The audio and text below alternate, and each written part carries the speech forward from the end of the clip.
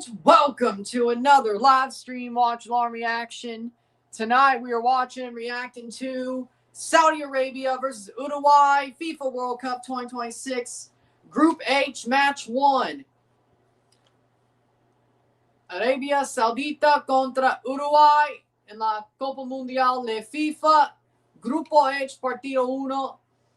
Reaction. Here we are. Match number 3 of the day.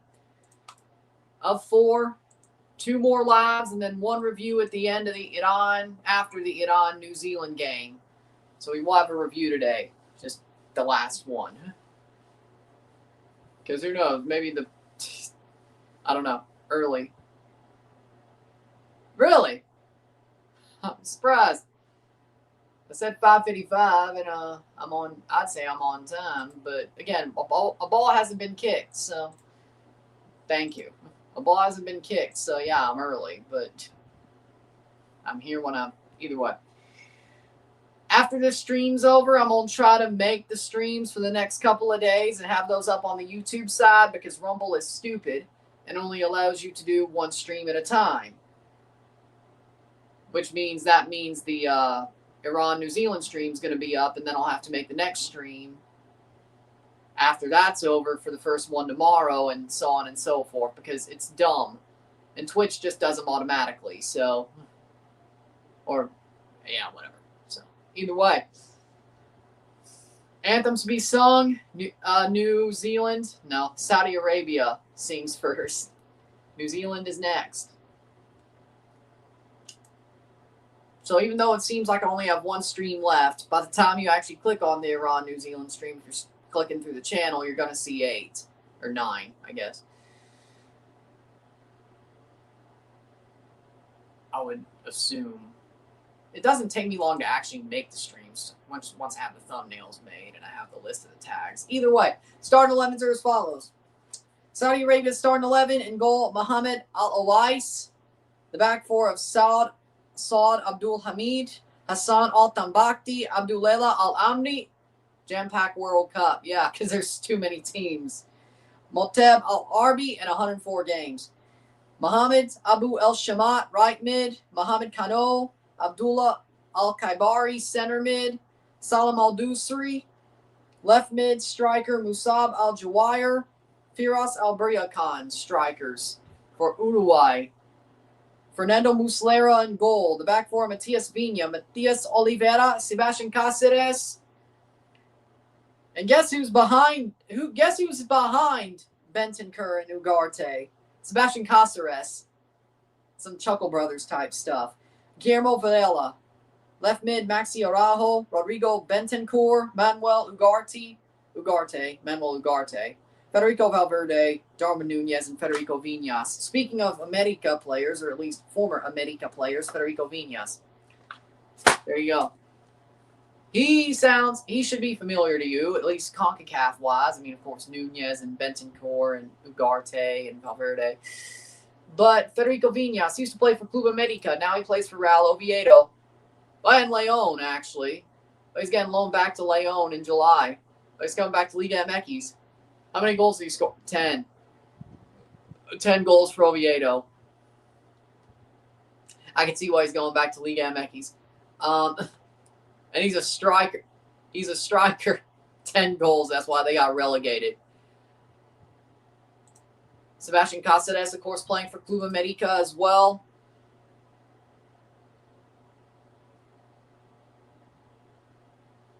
Four goals. But he's ass. With that being said, we'll keep going. We'll keep going. We'll be back. Or we'll keep going, I should say. We'll get ready to go as we go. And then it should be an interesting game. And then, of course, we have game 4 of the day. And then that's that.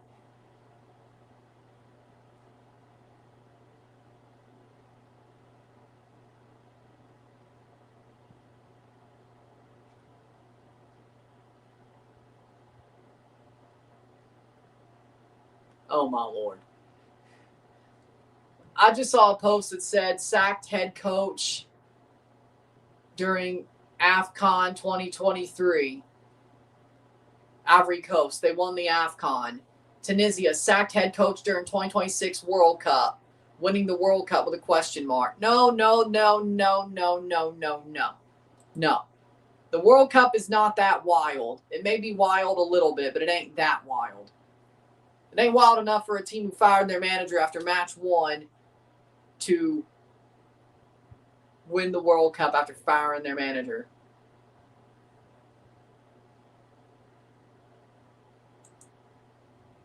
Jesus Lord. Center ref, Maurizio Mariani. The center official. Here comes the coin toss. Marco De Bello, the VAR referee. Damn, they're not even trying to smile. Guess they must be fuming. How we doing, Mile High? Here we are, we're back. Starting 11s again. Saudi Arabia wearing their green, their dark green. Uruguay wearing their light blue. Mohamed Al-Awais. Moteb Al-Harbi, Abdullah Al-Amri, Hassan Al-Tambakti, Saad Abdul Hamid, Salam Al-Dusri, Abdullah Al-Kaibari, Mohamed Kano, Mohamed Abu Al-Shamat, Faris Abrikan, Musab Al-Jawahir for Saudi Arabia. Oh, there's a little bit of blue in their jersey. I didn't notice that. I'm surprised it's not raining right now in Miami. I'm surprised. Uruguay, Fernando Muslera, Matias Viña, Matias Oliveira, Sebastian Cáceres, Guillermo Varela, Rodrigo Bentancur, Manuel Ugarte, Maxi Araujo, Federico Valverde, Federico Viñas, Darwin Nunez for Uruguay. Match 3 of the day, and then we got one more. Why is Darwin Nunez trying to look like he's Dan Cavani with handsome Squidward face?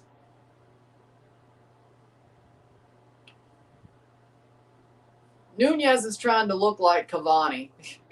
That ain't gonna get you aura, Mr. I'm a fire in Malaysia. That ain't gonna get you aura, Mr. I'm a charge in Malaysia. I'm a fire in Malaysia. Boom. I'm a charge in Malaysia. I'm a fire in Malaysia. Shoot the whoop.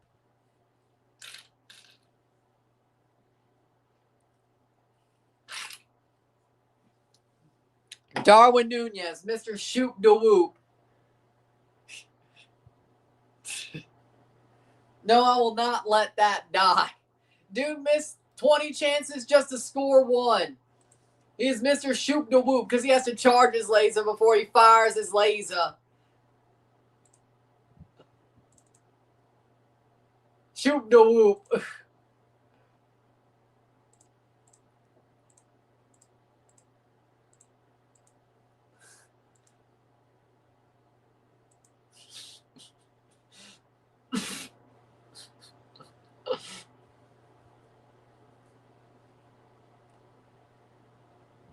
Man, if there wasn't so many ads on YouTube, I might just have the... Did you see Lee Gunner had the EPL trophy made for him? Yeah, that was cool. That was awesome. And yeah, I saw the clip of that. I saw somebody clip that.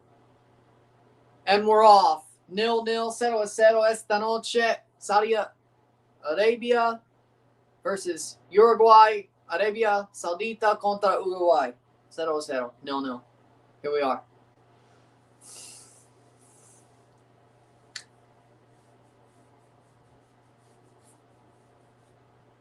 So here we go. 25 seconds. Oh, Lord. It looks like some...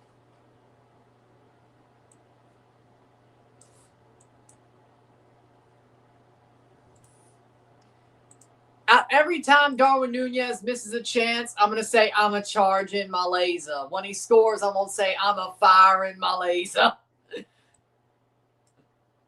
Mr. Shoot the Whoop. Dead meme. I don't care. Dead meme. I don't care.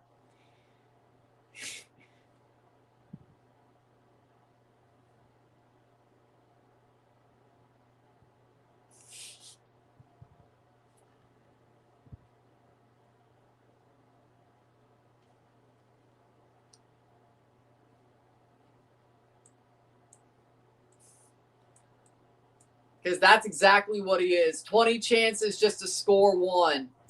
And it's normally the last one.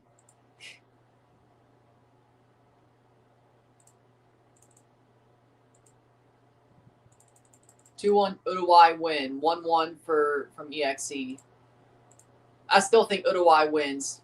2-1 sounds about right. I'll agree with you there.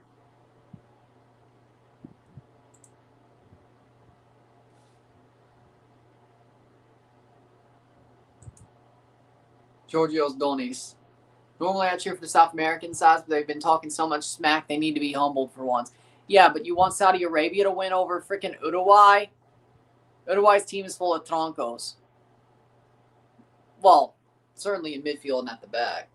They've got a good forward. They got a good couple of forwards, though. Always believe in Marcelo Bielsa, though. That's your first mistake.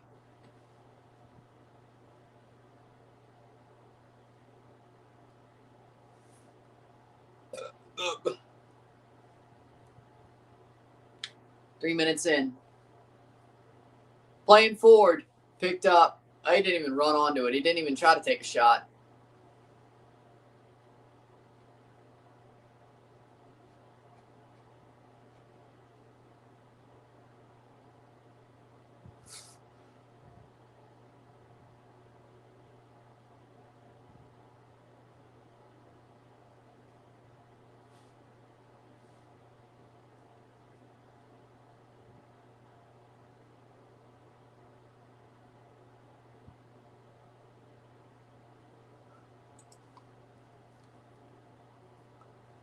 Three minutes in.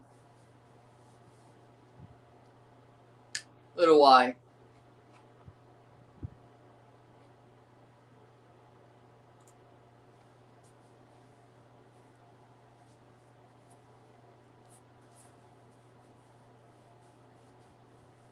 Two-time champions at the World Cup, Uruguay. Of course, they won 2 Olympic golds before a World Cup was a thing. That's why they have 4 stars. Because at that point, when they won the Olympics, it was considered the World Championship. So even men's football went through the same thing women's football did, as I talked about earlier today.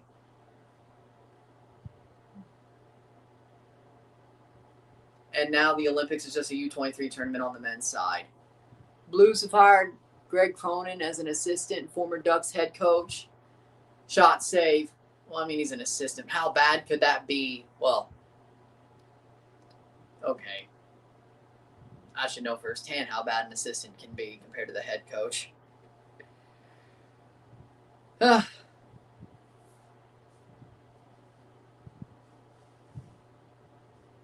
5 minutes in.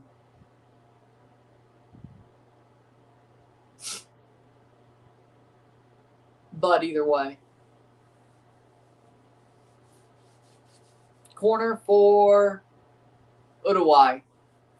0-0. Araujo.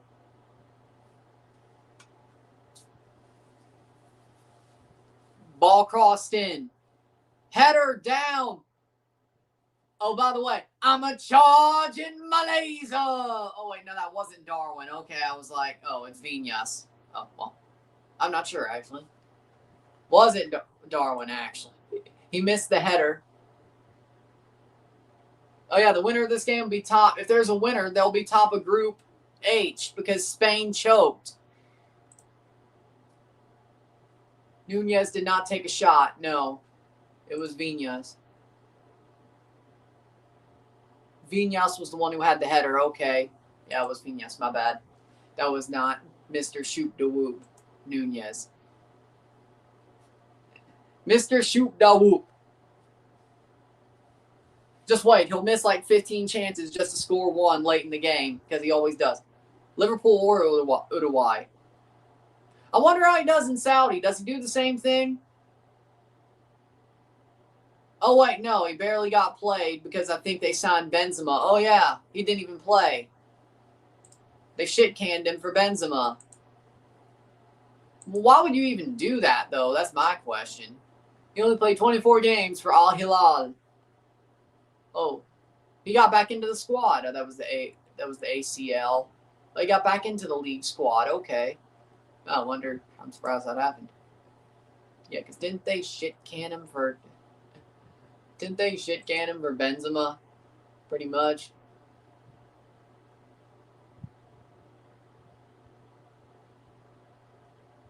Oh, he was injured. That's how he got back into the squad, I guess. Okay. Benzema got injured, I should say. 7 minutes in. Germany looking good. Either Curacao is garbage or Germany's going to win the World Cup. Sun is just going to spam the words German discipline if they do, eh? Saudi Arabia, 25 of 26 players played domestically in Saudi. He is legitimately, I mean, I know that pretty obviously, but I'm guessing that Sun's going to just spam German discipline over and over again if they win the World Cup, isn't he? They played well for like 40 minutes. Yeah, I mean, I agree. Curacao played well for 40 minutes.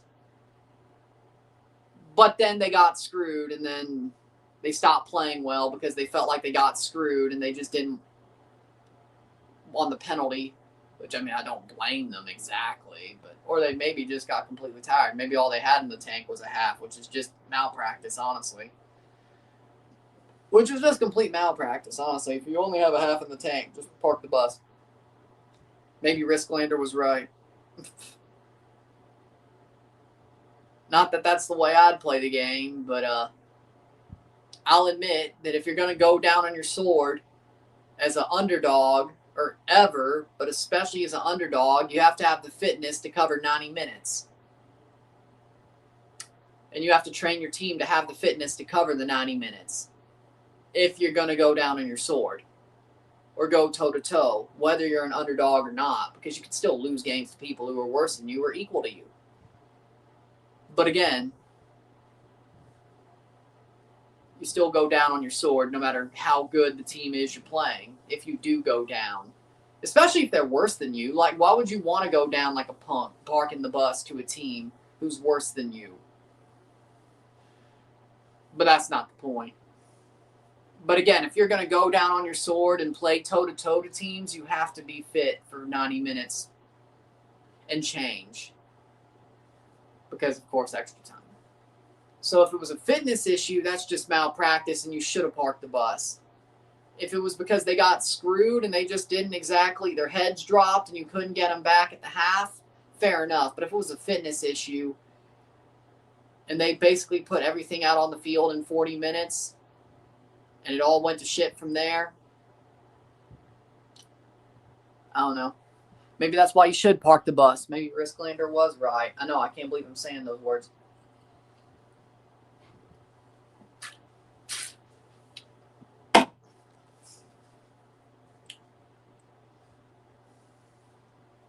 But I ain't going to let my team. But personally, I find parking the bus an affront to football. Personally. If I coach a team, they're going toe-to-toe with anybody. Whether it's the worst team in MLS or a freaking League One. Well, I mean, that means we should dominate them. But a League One Ontario team or a CPL team or the worst team in MLS. We'll go toe-to-toe with them as we'll go toe-to-toe with Man City. And go toe-to-toe with Liverpool and go toe-to-toe with Arsenal if that day ever comes, which, if I am coaching a team, that day would come. But, that day would come. But, or PSG, that day will come. But, we're toe-to-toe with it. We're going toe-to-toe with everybody. We're going right at them. We're going right at them. I ain't going down like a bitch. I ain't going down like a punk.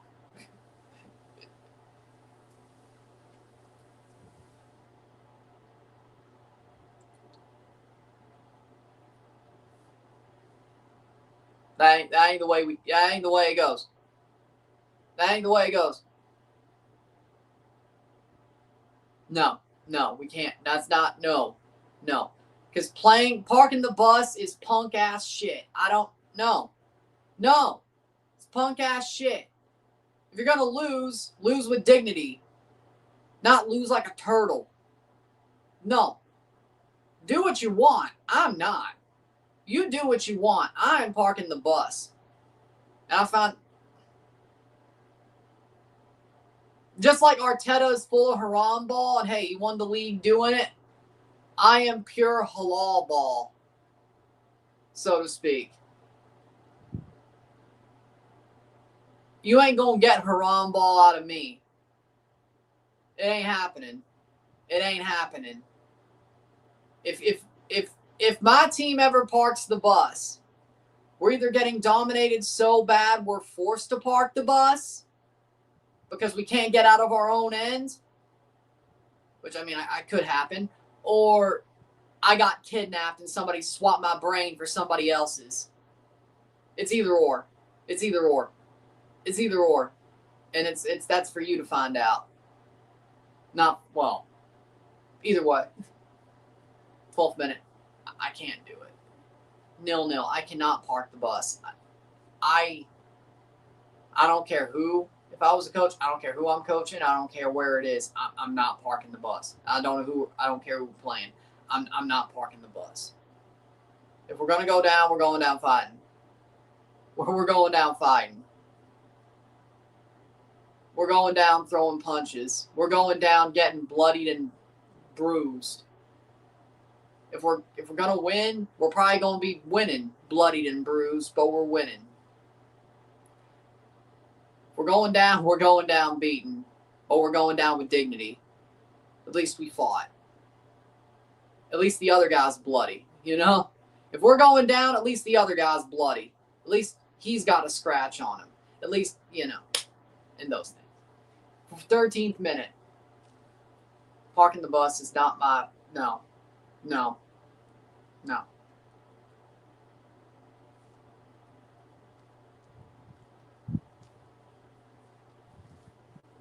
Put some respect on the Hurricanes winning the Stanley Cup. I agree. Because they made the World Cup. And somehow FIFA, they never got banned by Donald Trump or FIFA. And FIFA never banned them for no reason. But you know what? I'm glad they're here. I'm glad they're at the World Cup. Why? Because they earned being here. Even if they're playing their games in the USA. They earned to be here. If anybody in that war should be banned from the World Cup, you know how I feel about it. It's the ones who actually committed the war crimes. It's the ones who actually did the illegal invasion. It's the ones who... Hey, if Russia got banned from international sport for doing what they did to Ukraine, right? Should it be the same? What's the difference? Oh, Russia doesn't... Okay, yeah, Russia's not the biggest power in the world. Oh, okay. So rules for thee, not for me. Okay, got it. Okay, got it. Even though the USA's committed a whole bunch of war crimes, even before this, like just in history, they've never got banned from international sport. Okay.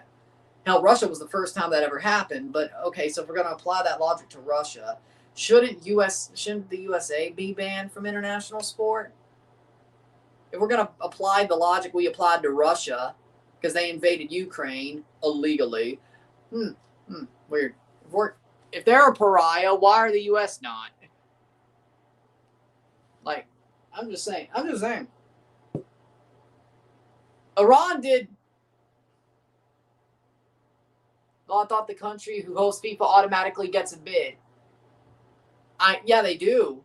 What I'm saying, well, I mean, even if they wanted to, there was too much stuff done to ban the USA from, well, I guess. If they banned the USA from the tournament, then I could only imagine the shit show. I can only imagine the shit show that would have happened had the USA gotten banned. The World Cup would not even happen this year because how far close we were to it. So I guess, but at least when Russia got banned, they at least hosted their World Cup already. All they had to do was be kicked from the competition. And besides, I don't think Putin is as volatile anyway. When are they going to let Russia back in? I don't know. When they stop attacking Ukraine, I guess. I don't know. I'm surprised the only thing I respect is the fact that Russia has never been brought back to international sport. If you're going to make a statement like that, you have to have a hard and fast line, which is ironically enough why it feels like they've gone too far with Russia. And besides, Russia invaded Crimea in 2014. They invaded Georgia in 2008. You didn't do this shit back then. So what's the difference now? By the way, what's the difference now? Why didn't they get banned back in 2008 when they invaded Georgia? Why didn't they get banned back in 2014 when they invaded Crimea? Why not? Why now? Why now of all times? Huh. Weird. Seems like Ukraine has to do. Seems like there's more to Ukraine than meets the eye than Georgia and Crimea. Seems like a certain somebody's a patsy.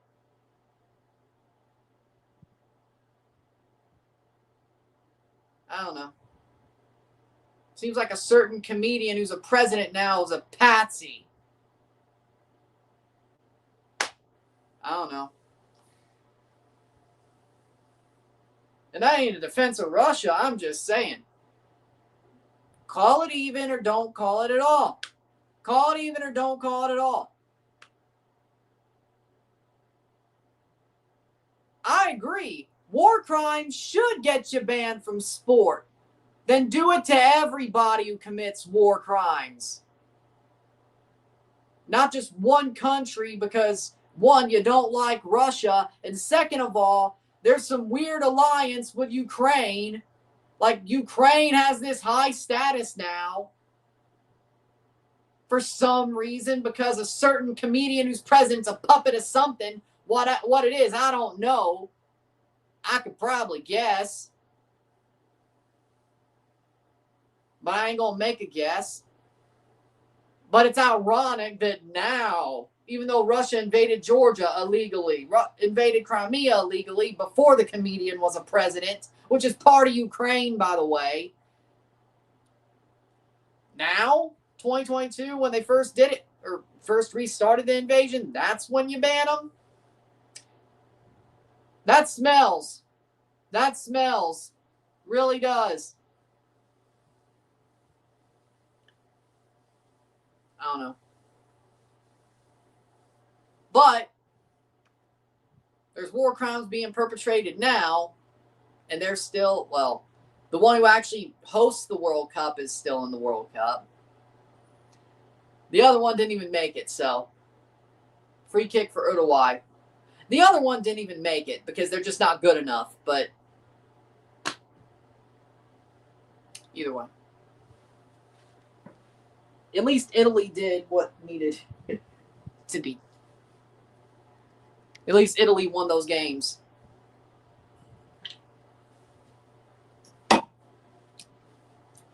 And then just embarrass themselves in the playoffs, but, whatever. Ball crossed in. Header. And then Italy embarrassed themselves in the playoffs, but at least they were the ones who got to the playoffs. I think it's awesome, honestly. It's cool. Those videos are awesome.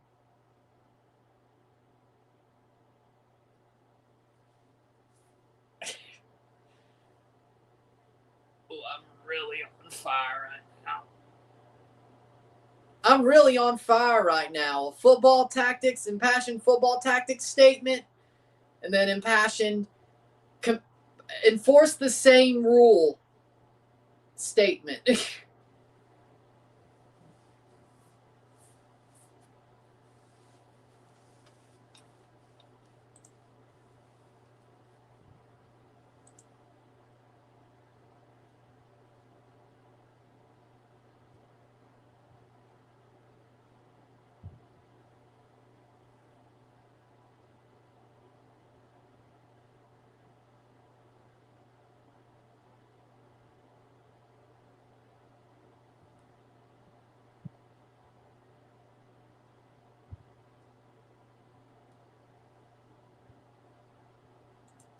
Okay, here's a corner for Saudi Arabia. Uruguay's not looking good. I mean, I'm not surprised. I can't say it's surprising. I think the reason why Mexico loves South Koreans is South Korea saved Mexico from getting eliminated in 2018, and Mexico loves them for that. Header away. Yeah, but... Do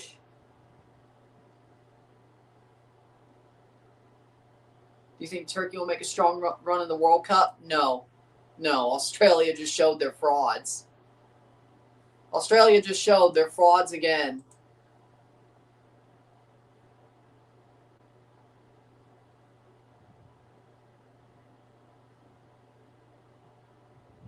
Russia might be in the World Cup of Hockey.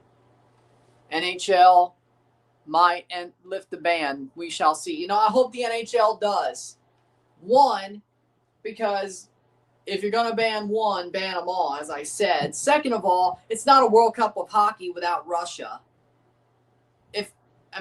Nobody cares about Russia being in the Football World Cup. If they make it, they make it. But that's not. But hockey, it ain't an international best-on-best tournament if Russia ain't there. I don't care what you say. So even if that's the only thing that unbans Russia, that's the one thing that should. If you're going to give them something, give them hockey. Because that Russia, it's not a best-on-best tournament without Russia. Hydration break, 0-0. Which I also hope that extends to the World Juniors and the World Championships and Olympic. Well, it probably wouldn't extend to the Olympics because, you know, there's too much to deal with there. But at least the IHF in general. But I hope the NHL does unban them. Australia parked the bus, dude. You can't do shit when you have 11 people in your box. Yeah, but Turkey has quality players. AKA shoot the ball instead of shoot the ball. There's something easy you could do if somebody's parking the bus. If you have open space, shoot the ball. It either deflects, gets you a corner, or deflects off a guy and goes in, or maybe you could just whiz it past 3 guys and it goes in. The problem is they have quality, but they tried to walk that damn ball in. That's the problem. And Arda Güler ain't got the freaking muscle to try to walk it in because they tried to force the ball to him. Okay? Okay? AKA, they forced the ball in to Güler. He ain't got the muscle to walk it in. They tried to walk it in. AKA, shoot the damn ball. You'll either get a deflection for a corner. Scam a corner. There you go. You'll get a deflection. It deflects into the goal. Or you'll whiz it past 3 guys. And it goes in. Shoot from 20 yards out. Shoot from 23 yards out. Make them come out of the box. And at worst case, once you do that about 4 or 5 times, they're going to come out of the box because they're like, well, you know, they're kind of shooting from distance. Maybe we got to defend the 20 yards outside the box instead of just in the box. Think.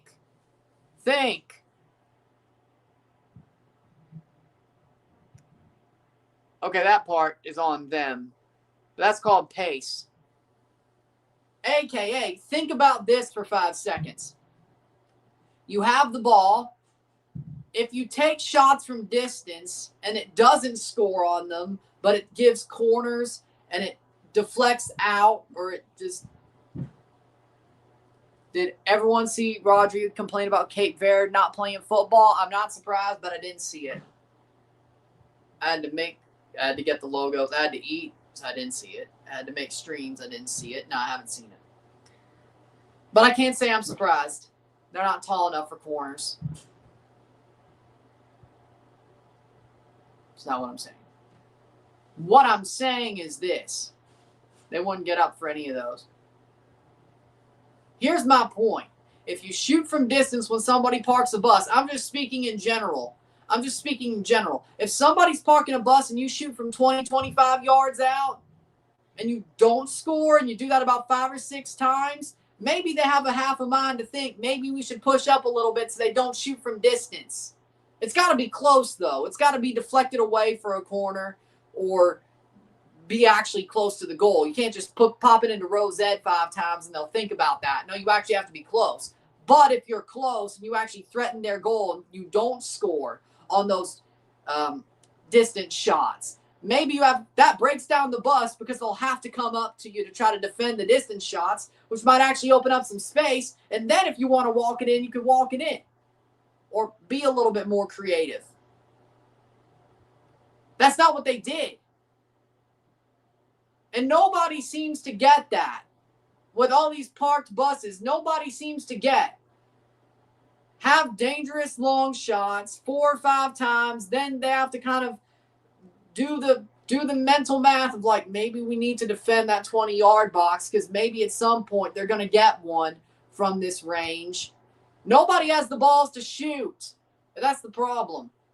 A lot of these teams really do just want to walk it in, and that ain't no freaking Arsenal wants to walk it in joke. A lot of these teams do just want to walk it in. Nobody has the balls to take a shot.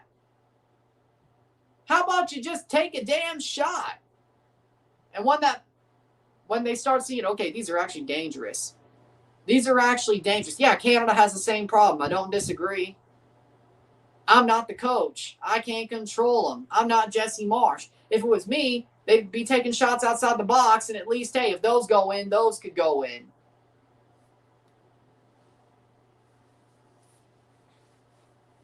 I hate parked buses so much, I'll break the other team's bus by having my guys shoot from distance. Because at some point, they'd have to think, well, these shots are dangerous from 20, 25 yards.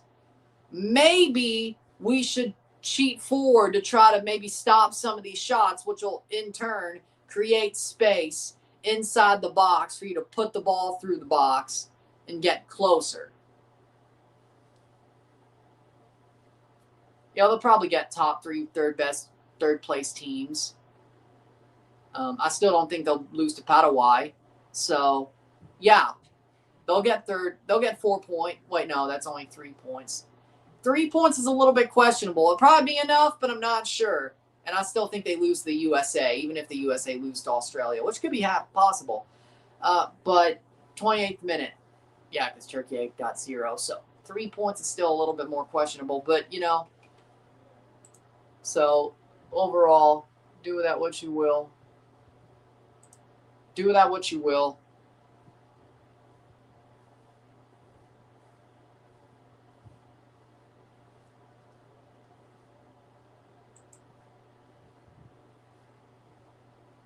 Oh, Nunez might come back to Liverpool. Oh, wide of the mark. Okay.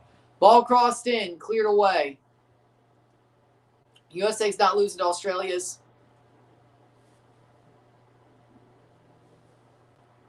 Thank you. What morons don't realize about low blocks is the other team's responsibility to break it down and not the team low blocking.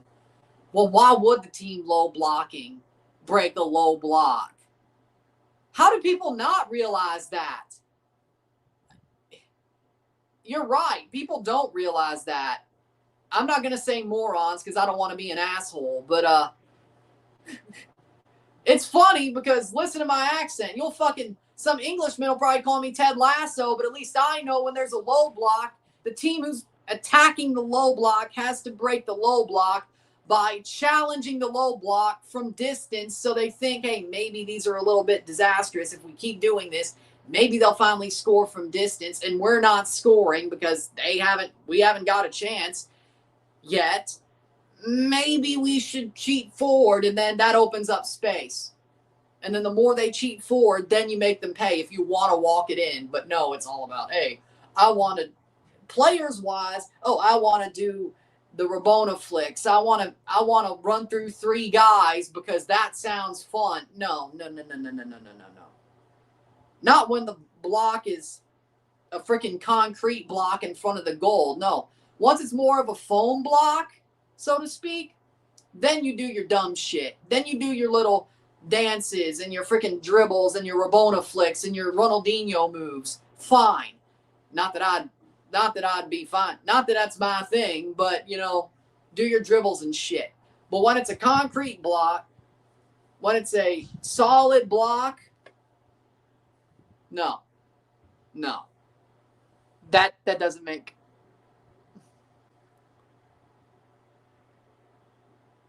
I didn't say you were bad tactically. Got to break it down.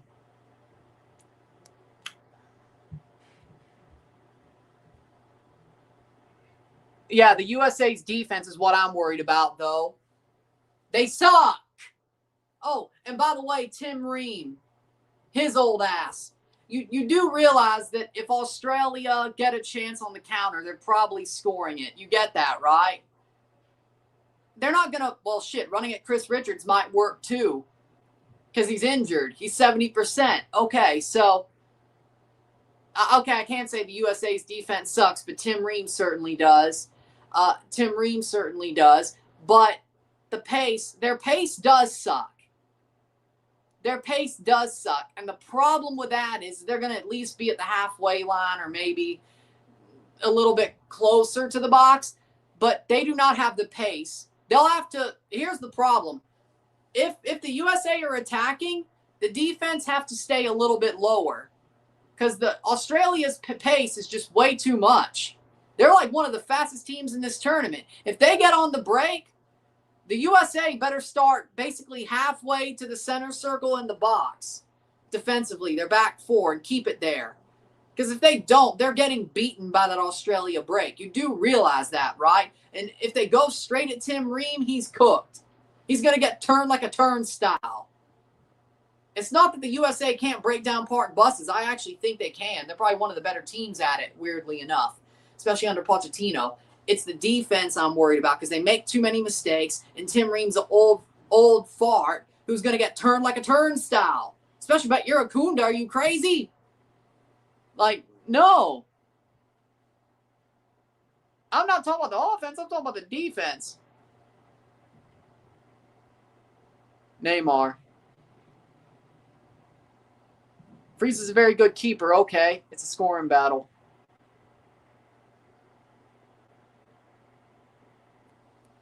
I want to win.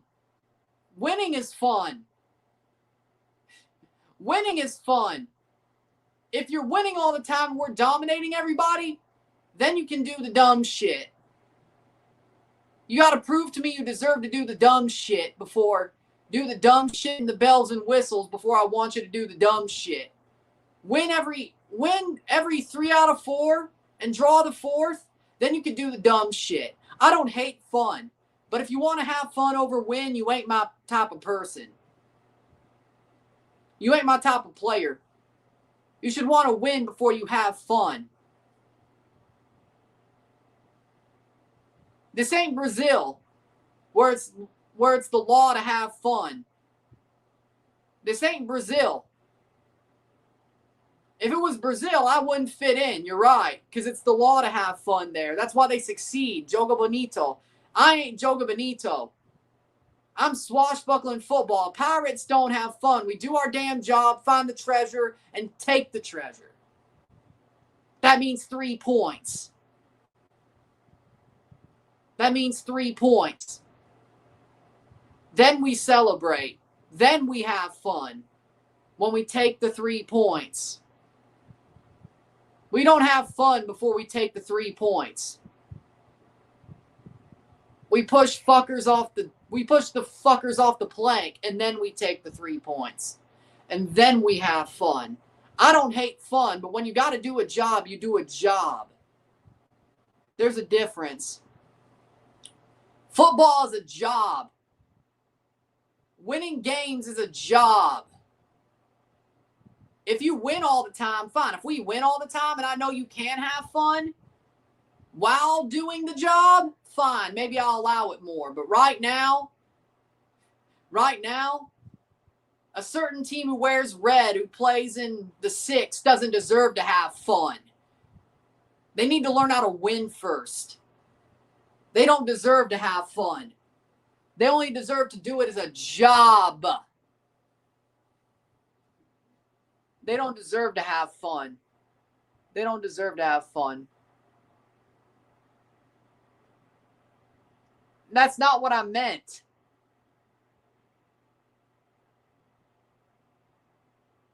Winning is fun.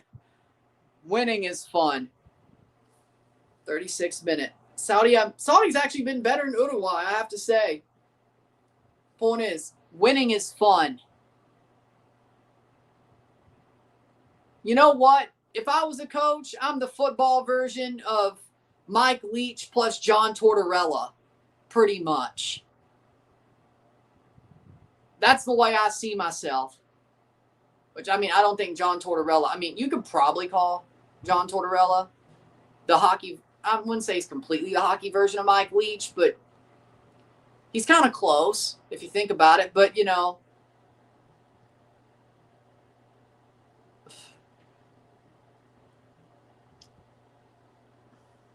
see, Mike Leach was only funny in the press conferences. You get that, right? He was, yes, Mike Leach was a mad scientist. Swashbuckling football is mad science.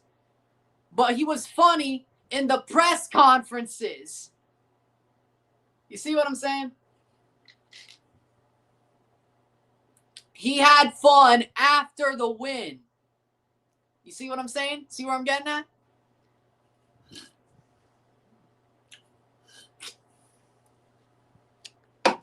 When he was coaching, he took away their chairs. When they fucked up, he took away their chairs.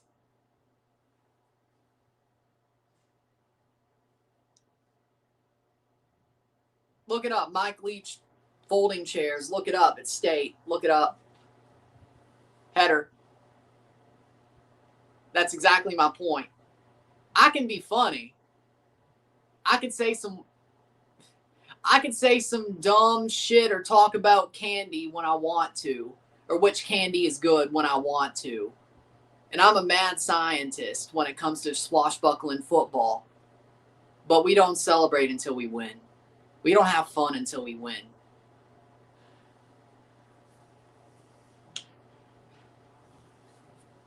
Throw in. Shot. Oh, that's out. See what I'm saying? Mike Leach was only fun when he was after the game. Hell, I mean, there were some funny press conferences even after losses. But, you know, the competition was over. Whatever happened. Or when he had funny moments that wasn't before, or was before a game, it was an interview, or not during a game. Point is, on things like this, post-game press conferences, interviews, and the fact that I am a mad scientist when it comes to football tactics, I'm more like Mike Leach.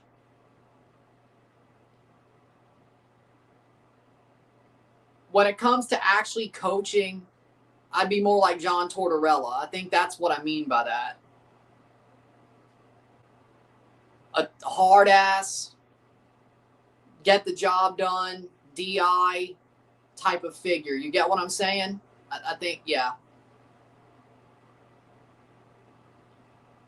Oh, Baggio. Roberto Baggio. Nice. Cool. Yeah, did you miss anything else? You missed, hold on. Belgium and Egypt with a 1-1 draw.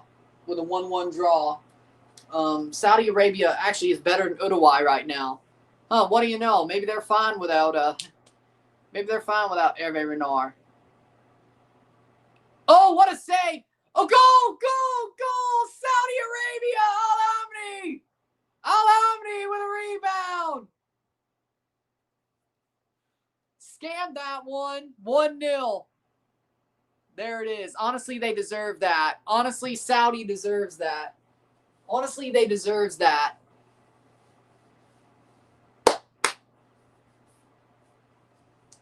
They deserve that.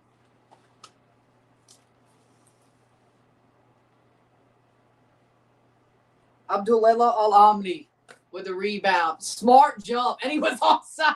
You idiots. You left him onside. What the you idiot. You idiot. They left him onside. What are you doing? Get your ass back. What are you doing? No way. Keeper had a stinker. I don't blame the keeper as much as I do the defender who kept him onside. Get your ass back. As soon as that ball hits a foot, get your ass back on a set piece. At least if it is a rebound, it's going to be offside. Well, I mean, the keeper touched, but get your ass back. Abdullah Al-Amri scores.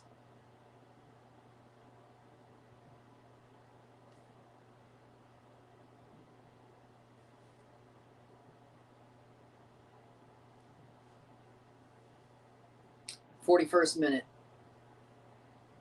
1-0 for Saudi. I'm offended on that. No. I would sit that motherfucker down in 2 seconds. You want to talk about being a competitive, hard-ass coach. If one of my players did that on a set piece and left a man onside and we got scored on because of that on a rebound, I would sit his ass down in 2 seconds. He's gone. He's getting hooked in 2 seconds. I don't care. The next chance I have, I'm hooking the motherfucker. You ain't doing it. You ain't doing that.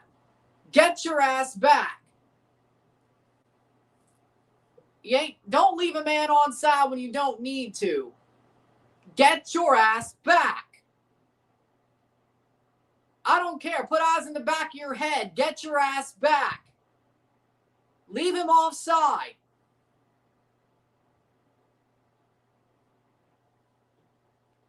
I would hook the motherfucker in 2 seconds. Yeah, I'm offended. And if I'm Bielsa, I'm hooking the motherfucker in 2 seconds. He's gone. Sit your ass down. I don't care if it's an MLS game or a World Cup game. Sit your ass down.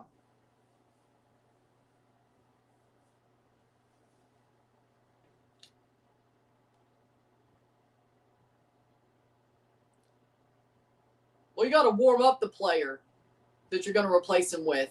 Okay. That's why I said the next chance I had. So it wouldn't be 2 seconds, but you get my point.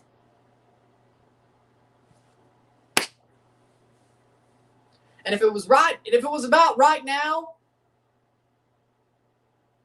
I would freaking let him have it in the locker room. No. I'm still sober. I'm passionate. It's my passion. It's my passion.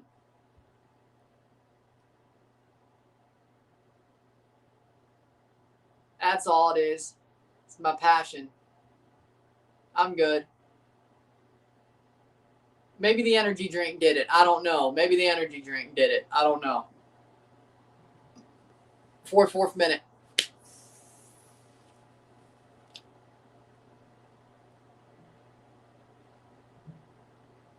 I don't snort anything either.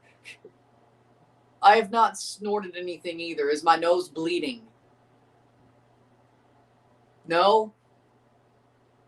My nose isn't bleeding. Yeah, no, I ain't snorted anything.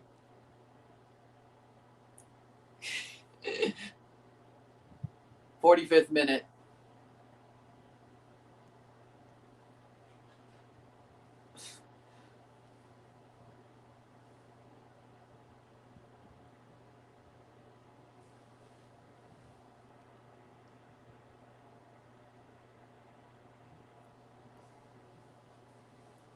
See, then what? Yeah. So if I was talking about the wrong one, how many cup sets so far? I've lost count. 14, 45th minute plus 4. I've lost count. See, if I didn't even know what makes your nose bleed, how would I be on the powder Coke? If I don't even know which one makes your nose bleed. See,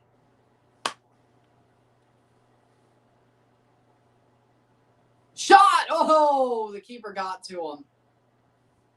See? Because if you didn't know. Because if you don't partake, how would you know? Besides the...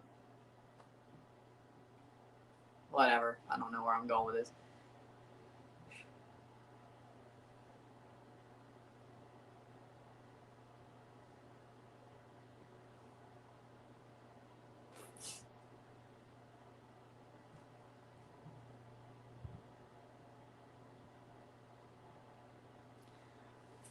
Looks fun to me.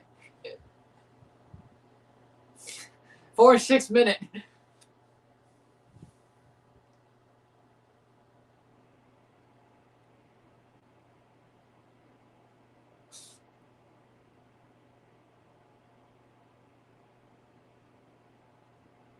For humorous effect.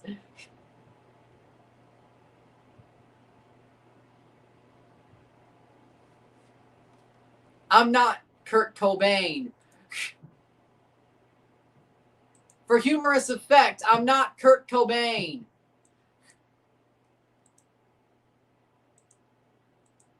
Or World War II, blank. For humorous effect. Wait, was he on meth? Heroin. Okay. Yeah. Kurt Cobain was on heroin. There we go.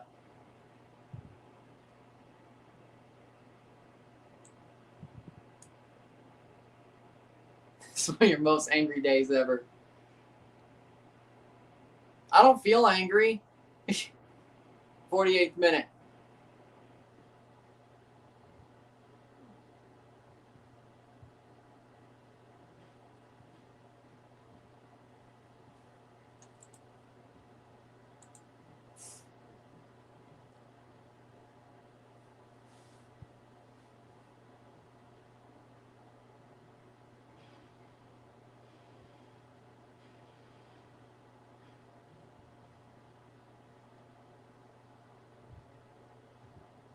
Forty-eighth minute.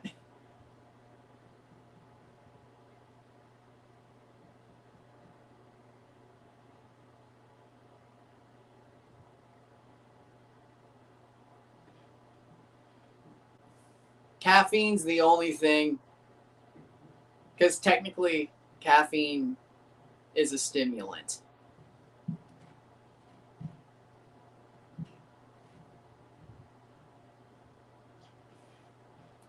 Because technically caffeine is a stimulant. Not that it's legislated against, but it is technically a stimulant. 49th minute.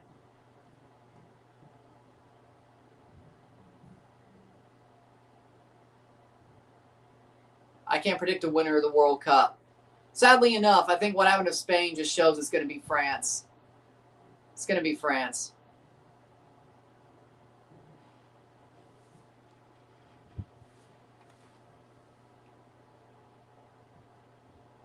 Huh.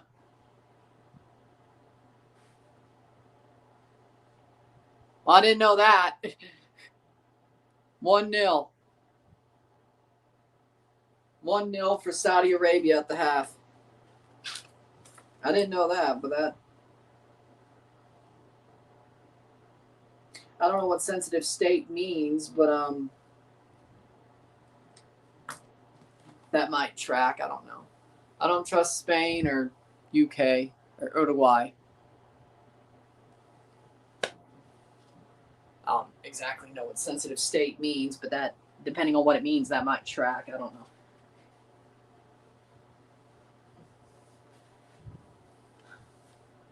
know.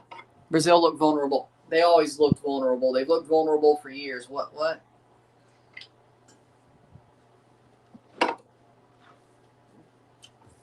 They've looked vulnerable for shit, if I know. Fuck if I know.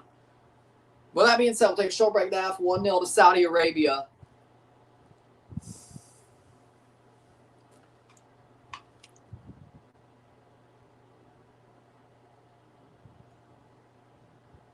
Tottenham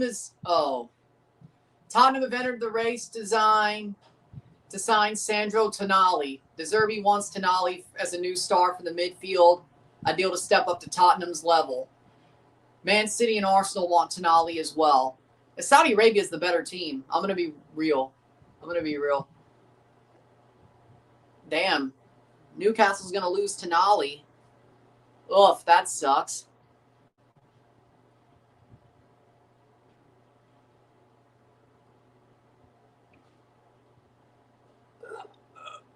Damn. Oh, this is crazy. Look at this. I didn't even know this till now. Despite Spain having 74% possession, Cape Verde only conceded 1 foul in the match. The fewest by any team in a FIFA World Cup match on record since 1966. Damn. 1 foul.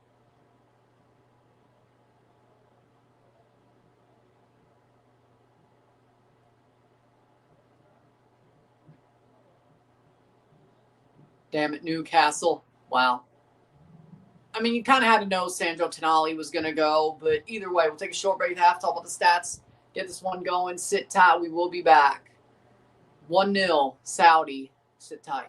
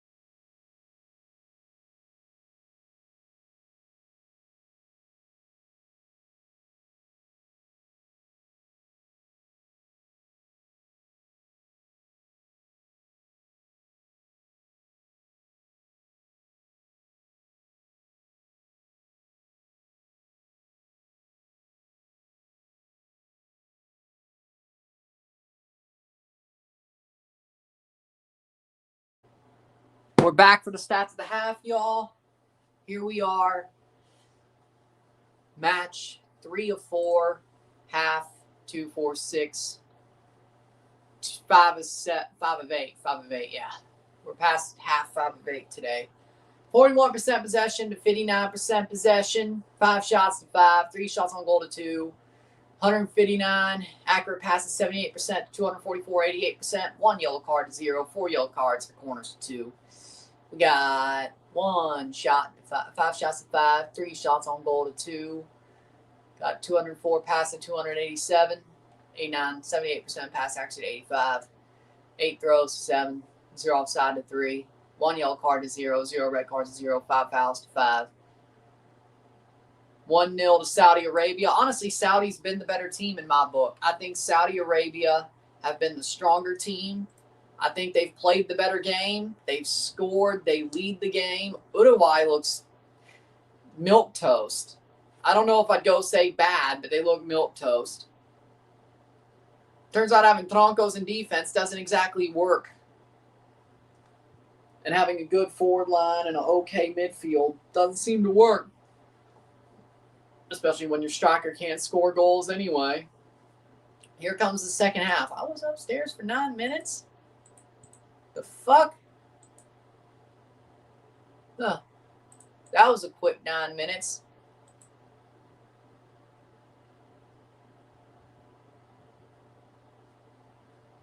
That was quick. That felt like a quick 15 minutes. Canobio and Jose. Oh, that's Sanabria. Juan Manuel Sanabria. Juan Sanabria from Real Salt Lake. Coming on. Oh, Brian Rodriguez might come on soon. See what happens here. Storm Bielsa. I guess that probably maybe their next sub. Augustine Canobio. Juan Sanabria. And here comes Saudi Arabia.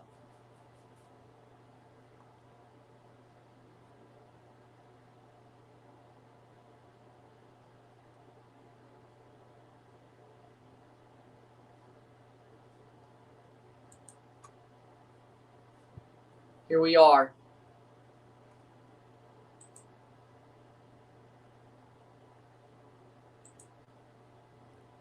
Nunez and Vina. Oh my God, they pulled Nunez. Nunez stinker and hooked. Oh my God. Mr. Shoop de Whoop stinker and hooked. Oh my God. Sanabria and Canobio on. They hooked his ass. They hooked him. Shoop de Whoop stinker and hooked. They pulled Nunez.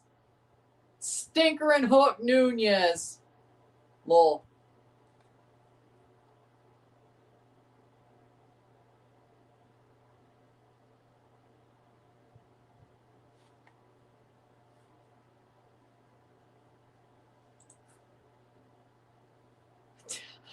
Honestly, I can't believe it. Honestly, I can't believe it. I didn't think that would happen.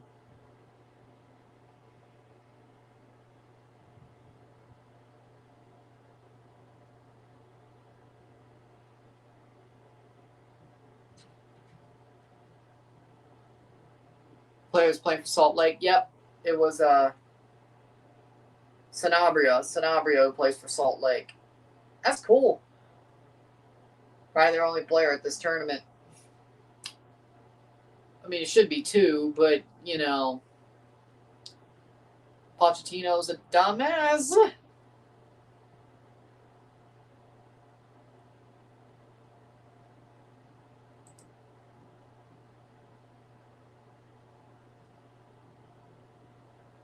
Not a lot of people are at this match. Yeah, this got to be one of the first ones I haven't seen full. Well, I didn't slander. I didn't go after the guy who replaced Nunez. I said Nunez got stinker and hooked. That's all. You're probably right. Playing forward Uruguay. Cross in, header. Oh, what a save. What a save. Wow. Well, maybe we're almost. 46th minute.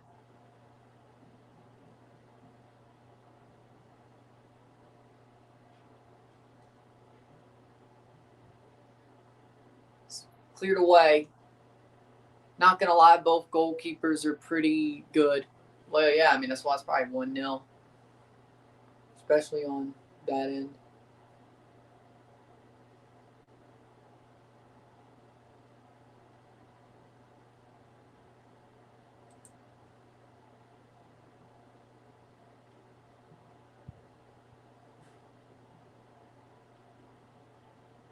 Oh, good clearance.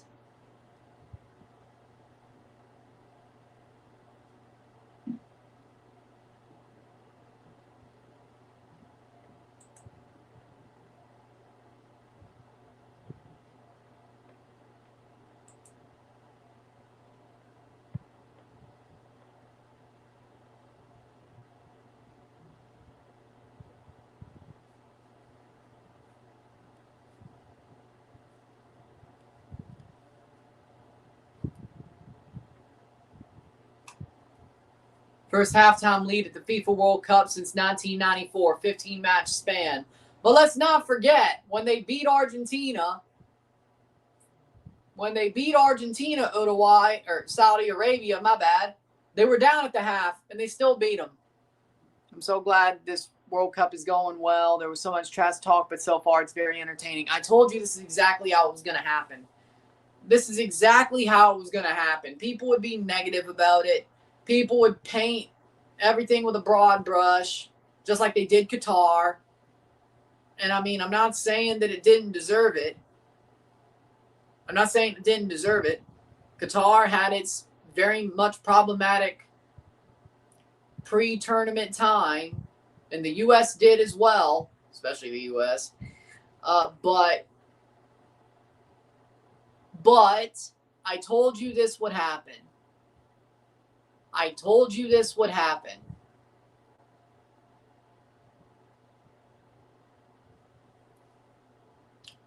The World Cup itself was going to be amazing. The talk, there would be no hype. There barely was any hype. And this sort of happened with the Club World Cup, though, if you think about it.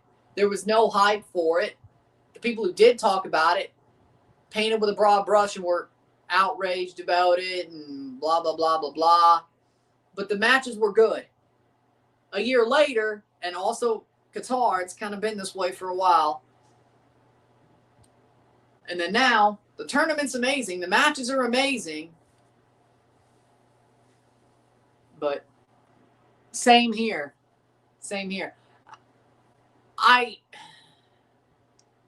I'm not saying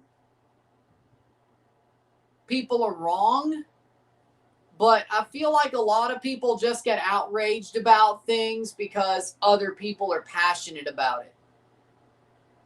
I think most people give a flying fuck about what they're outraged about? No.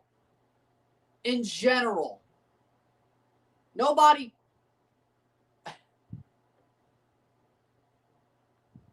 In general. Header. Shot wide. Uruguay thought it was a corner, but it's a goal kick. In general. People are angry.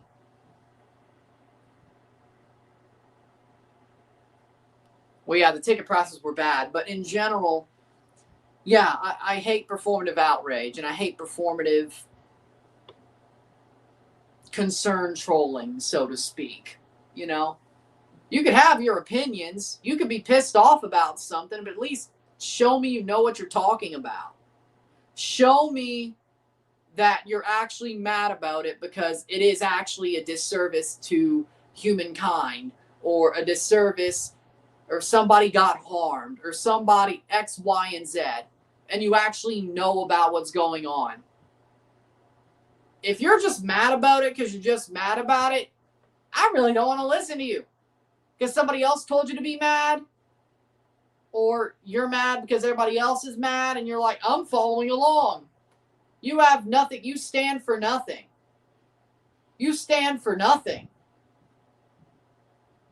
You only stand for what makes you not get hated on by other people. Sort of. Because you are afraid to not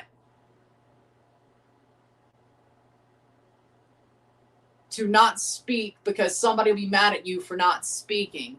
You're afraid to not speak because then somebody will think you're on the other side. Or you just don't, well, I guess you don't give a shit, but but not giving a shit is just as bad as being on the other side, guys. You have to say, you have to be on the right side of history. But then again, who forces viewpoints down people's throats? Oh, the fascists. Got it. Good. Got it. Who normally forces viewpoints down people's throat? Oh, fascists.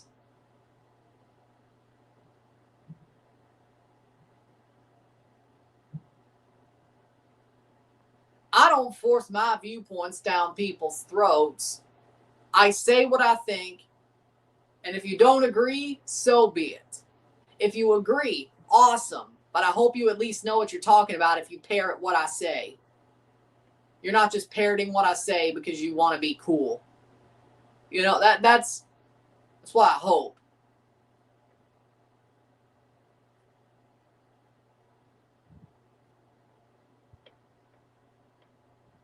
But either way, you could say with basically most people who are outraged about most things that people are outraged about do not give a fuck about that thing or don't know a God-forsaken thing about that thing.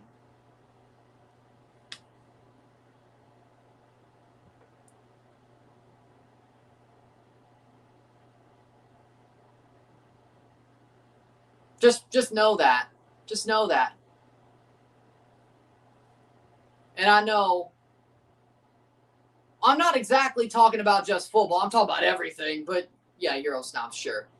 Frontline for Ecuador ain't the best when it comes to goal scoring. I agree. Yeah. Ecuador.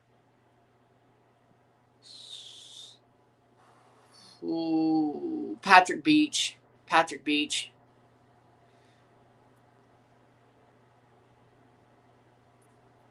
But then again, I'm very much on my own in the way I think.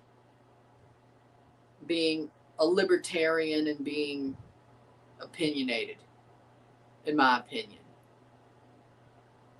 Being opinionated, in my opinion. But I say what I think is right. Whether it's popular or not. They should have scored that. I don't care what side it favors. I'll say what I think. Whether it's popular or not.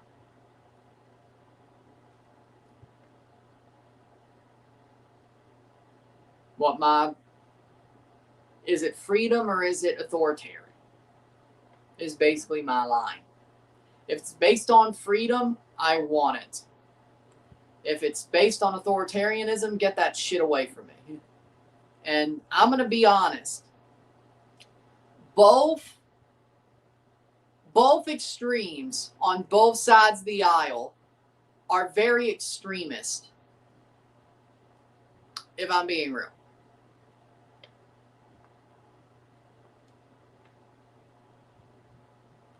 And very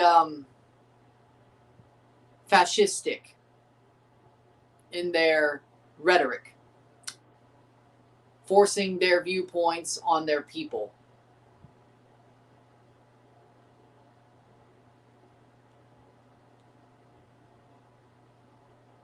Or, actually, I wouldn't even say extremes, actually. I wouldn't even say extremes, no. It's more of the non-centrists, but not extremists of each side, actually. Because I wouldn't say AOC is an extremist. And a player's down hurt for Uruguay. And I wouldn't say Trump's an extremist. He ain't George Bush, but he ain't an extremist.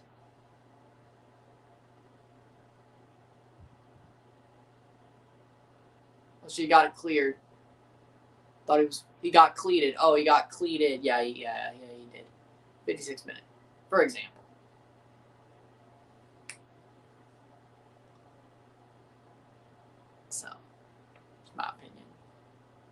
think a lot of people on each side of the bird's wings are trying to build. If everybody agreed fully, I wouldn't say you're trying to build a cult. But, so to speak. My point is, in the current political compass, on the level of mainstream Democrat and mainstream Republican or mainstream liberal and mainstream conservative, whether you're U.S. or Canada or wherever the hell you are, I don't think there's any room for free thought. If you're a free thinker who thinks about what they believe and actually says what they think and what they believe, you're going to get shouted down by both sides.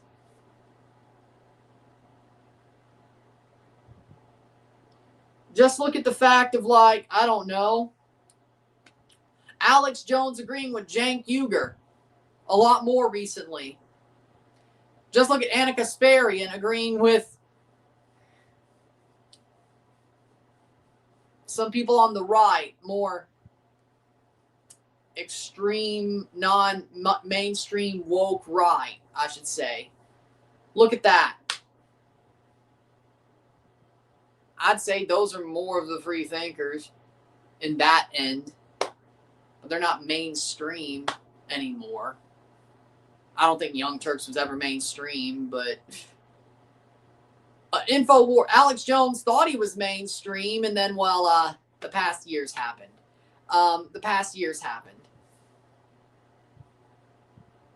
Oh, Brazilian Ronaldo is there. And then the past year happened, so he's not.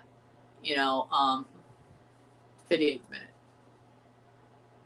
Are you having a bad day, Ryan? I'm doing just fine. I'm not having a bad day. Am I a little bit tired? Sure, that one's on me. For getting 3 hours of sleep Saturday into Sunday, and then only getting about 6 hours Sunday into Monday. So that one's on me. But other than that, I'm fine. I don't exactly see what me complaining about performative outrage makes me sound like I'm having a bad day, but okay. And I wouldn't say I'm angry, I'm passionate when it comes to the winning is fun type stuff, but I'm fine. I'm fine.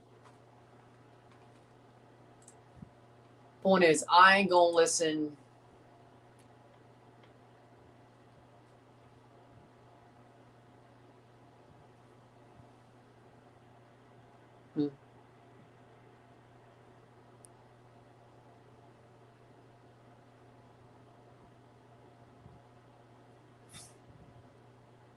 I don't think I was crying. Yelling is passion. Emotional is passion. I wasn't crying. Sometimes I get a bit introspective, even if I'm feeling okay. I'm good. But thank you for your concern. I thank you for your concern. Probably it's the neurodivergence. But again, thank you for your concern. Trust me, if I had a bad day, I probably would tell y'all. It would be more obvious than that, but I didn't feel a tear come out of my eye. I didn't cry. I didn't feel like crying, so I don't know where you got that one from, but I wouldn't say angry. It was more passion than anything. But and if people drop a topic in here and I want to speak on it, I'm gonna damn speak on it. AKA the dude who talked about a performative outrage, Saul. He said something about performative outrage. I said what I thought. And it went into a damn tangent because that's just what happens here. It's just what happens here. And again, I don't say shit to copy other people. I say what I think. I say what I believe. What I and I alone believe. So, in that case. So, but again, thank you for the concern. I'm glad you care. I'm glad you care. CONMEBOL so overrated. The Rangers ain't won the Stanley Cup in 5 years.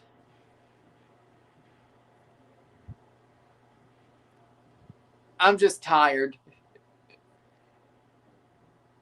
I don't know. I'm just a bit tired. That's probably what that was. Also, probably neurodivergence because, you know, bad eye contact is kind of part of that as well. And I guess looking at the cameras, whatever.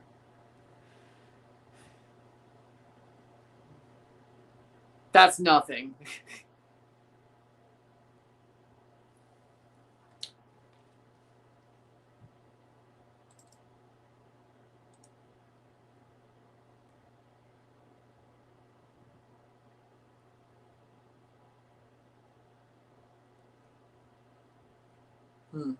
Severe weather.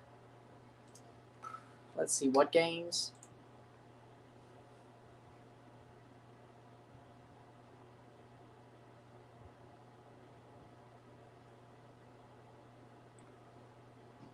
Okay. It'll be what it is. These guys from Saudi Arabia are on the ball and all the time ready to clear. That's exactly how you should play, like them. They're playing tough. I love it.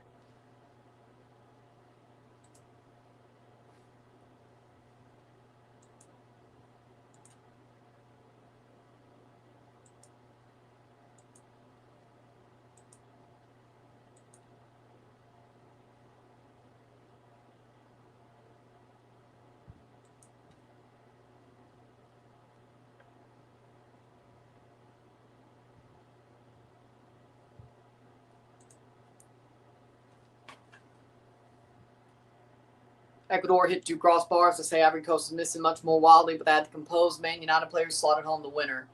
Yeah, I think they should have started Diallo, if I'm being honest. 64th minute. If I'm being honest, they should have started him. 1-0 for Saudi Arabia. I feel you, Ryan. I'm kind of tired, too, because my sleep schedule is kind of back as the World Cup, and I was at the field. I'm only streaming these games.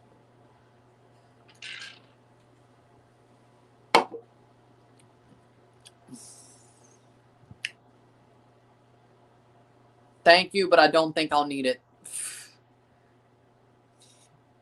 What's your hottest soccer take?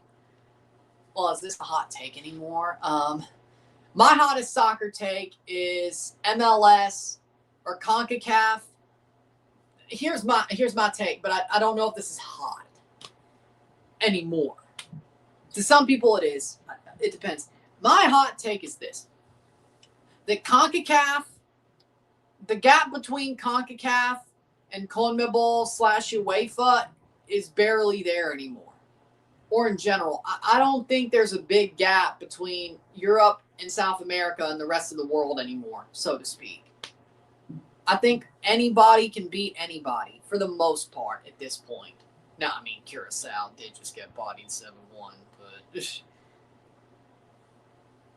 I don't believe there's a big gap between the big dogs and the rest of the world anymore, so to speak, if you want me to boil that down into something.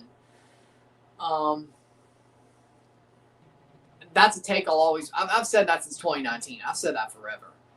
I've said it forever.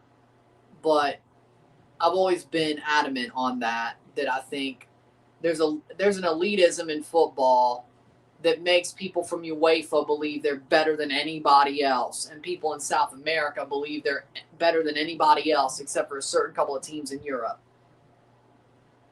There's too much elitism coming from CONMEBOL and UEFA. Mostly UEFA, but even South Americans are kind of there. They're like, as long as it ain't Spain or Portugal or Spain or Germany or Italy or England, well, even England, France, we could beat them. Like, I think there's too much cockiness and too much elitism out of Europe and South America that I don't think they totally realize. And anything that offends their elitism pisses them off, which is why I think Euro snobbery is such a thing. To break that down into.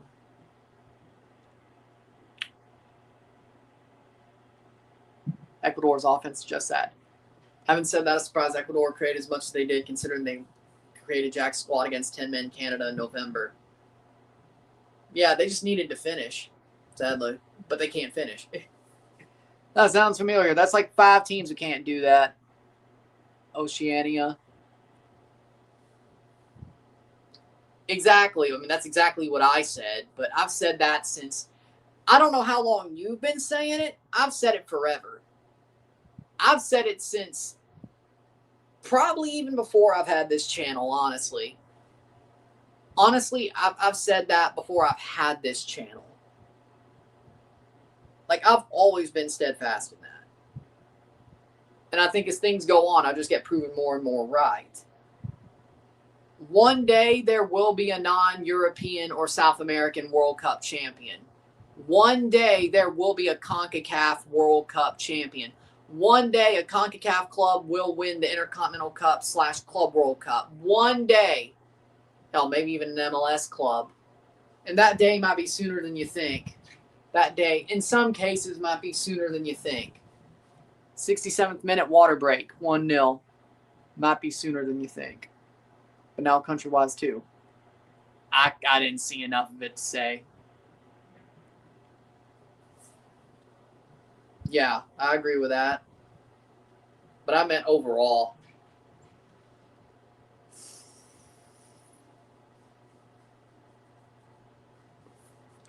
'68th minute. Yeah. And also the egotistic view of it all.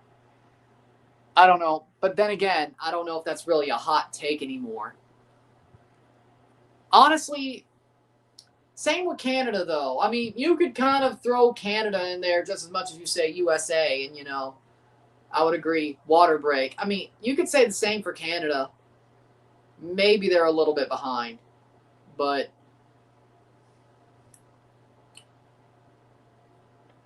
I think Canada and USA are sort of in the same boat, to be honest. Otherwise, it's been sharp. I agree. Well, I don't. Scotland, yes. Netherlands, no. It was Japan who was parking the damn bus. Yeah.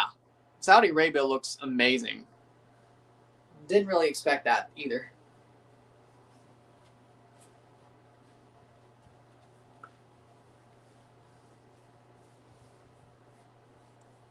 Turns out, maybe them firing Hervé Renard was the right play.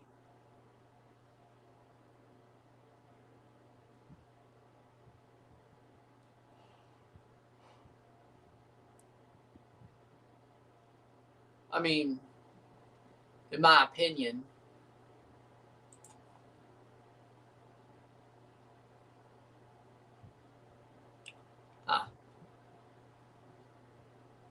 Saudi pulling off a cup set.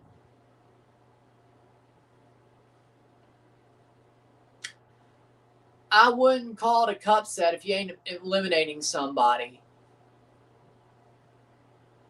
For me,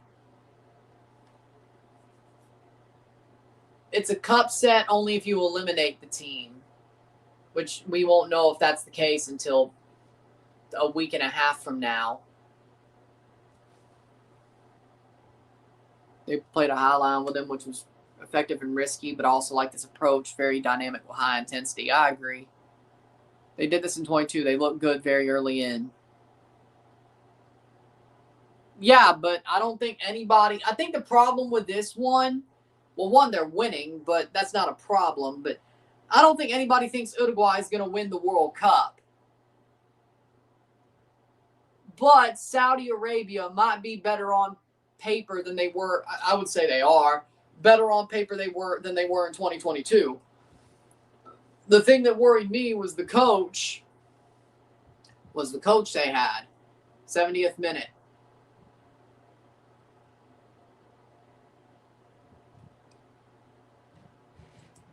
Substitution. 71st minute.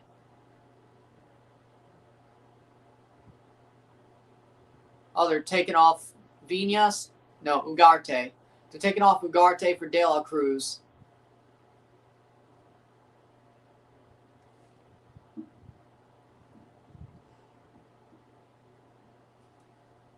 Uruguay winning 1-0. Might end the other way. Good point. Good point. Those things changed. Are Canadians polite? I'd say they are in most cases. Well, Saudi Pro League is probably top 10 in the world currently. You know what? I got to admit it. You know what? I thought they were crazy. It didn't work for China, by the way. But Saudi Arabia bringing all these quality players, European quality players who still have a lot of quality, to Saudi Arabia made these local players better. And I didn't think it could happen. 4 years on, it's worked because they kind of started their buy all these players shtick after the 2022 World Cup, starting with Cristiano, and then everybody else, besides Messi, fell into place.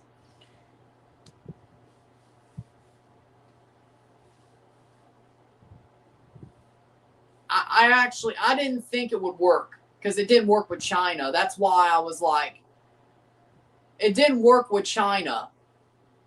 And to be fair, China didn't do it for too long before COVID came in and fucked everything. China only did it for what, 3 years maybe? 2.5? Getting all those stars, and they never exactly got anybody to the level of a Cristiano Ronaldo or Benzema or João Felix or, I don't know why I say João Felix, but okay, or Darwin Núñez, header, or Julian Quiñones. Well, if I could say Julian Quiñones, I could say João Felix.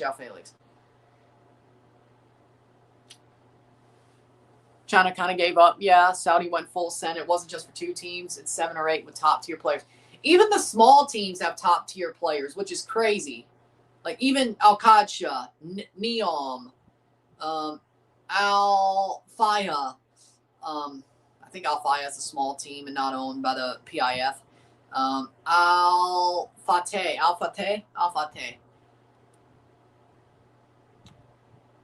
Like, it's not just the big teams. Yeah, I think that helps, that even the smaller teams, what you would consider the smaller teams, even have these players. Yeah, I think that does help.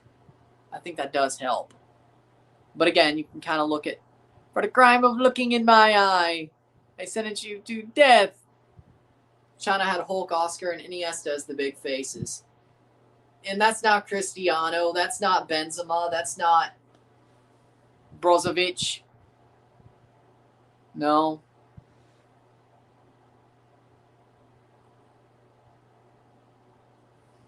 But I kind of feel like COVID made China give up. I kind of feel like COVID being a thing made China give up.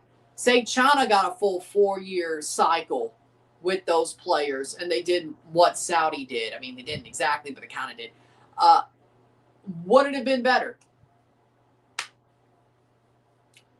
I certainly think if COVID didn't happen, they'd be at this World Cup because they wouldn't have given up. I think COVID ruining their economy, basically, and also Saudi Arabia is not communist. That's got to be said for something, you know. Saudi Arabia is a monarchist country who's very free market.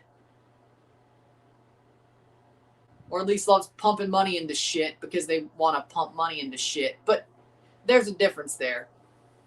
The richest people in China are not the richest in Saudi Arabia. You know what I'm saying? Because there are rich people in China.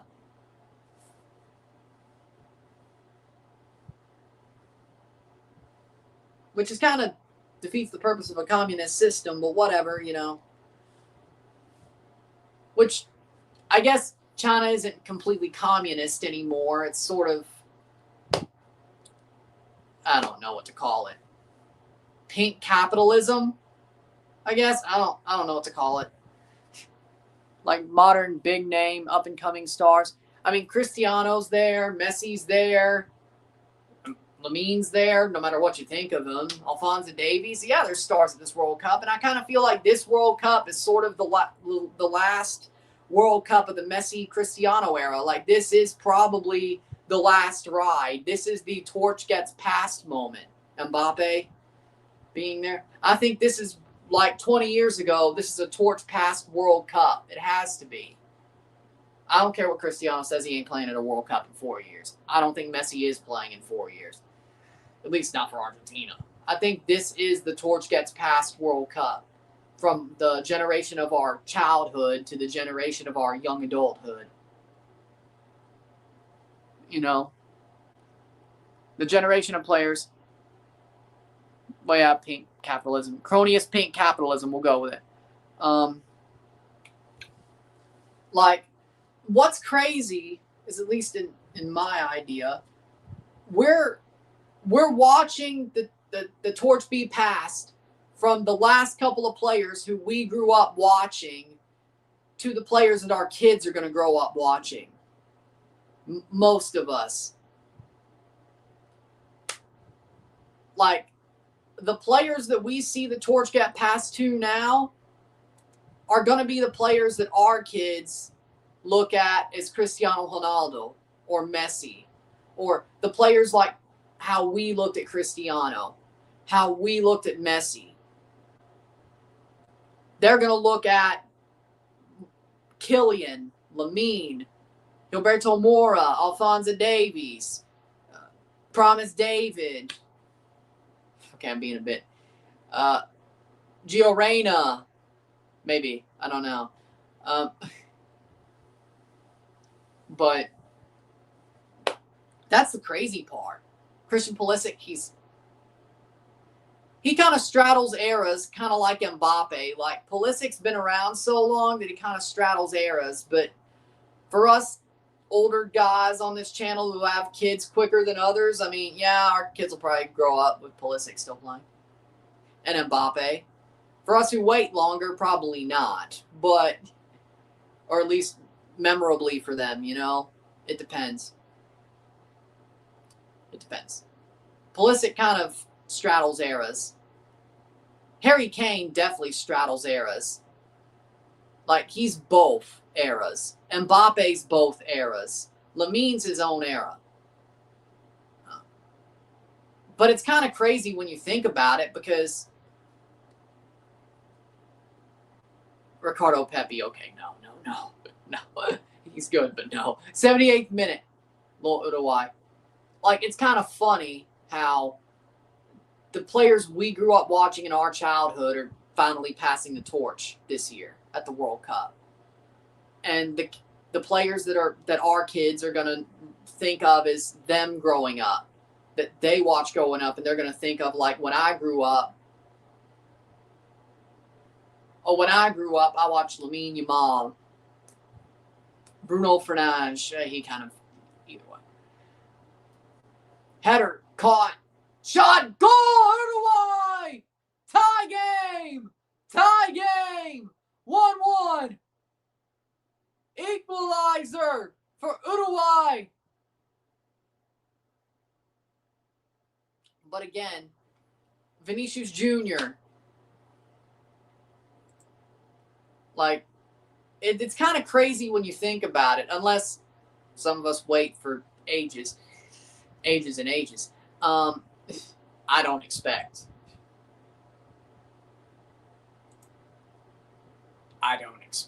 that to be the case for me. But I don't expect to be like 50 and having my first kid. But, you know, I don't expect that. Header, rebounded, boom. Araujo scores, yes. Maxi Araujo. Like, it's crazy when you think about it, that it's very likely that most of us watching this World Cup are watching the players we grew up with pass the torch, at least internationally, for the most part. And that the players that our kids, our future kids, are going to grow up saying, I watched them when I grew up, are getting the torch passed to them. It's kind of crazy when you think about it.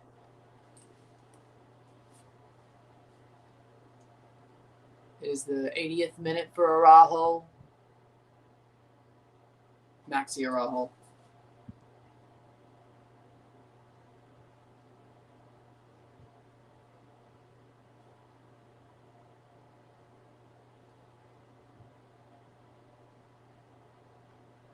1-1. This was coming. Yeah, I think that's a fair score. I think 1-1's a fair score. Raul Jimenez, Kevin De Bruyne, Luka Modric, Lionel Messi, Cristiano Ronaldo, Harry Kane. Yeah. Well, Harry Kane might play another World Cup. Harry Kane probably is more that era than Mbappe's era, but he is definitely he's an era straggler. He's probably like the tail end of Cristiano's era. Well, Bale was still playing to this day. It'd probably be more obvious. But, you know. I mean, yeah. Matthew Garbett out with a hamstring injury. That sucks. What happened to Spain? They got bus parked to hell and back. That's what happened there. Thibaut Courtois. He might still go for a little bit longer. Memo Ochoa, yeah, he's passing the torch. I still think Courtois, because he's a goalie, he might go a little bit longer. Header over the bar. They underestimated them and didn't play a few key players till like the 70th minute. The players that did play were just taking it easy. That too, but Cape Verde was on their ass. Masterclass of a game, honestly. 83rd minute.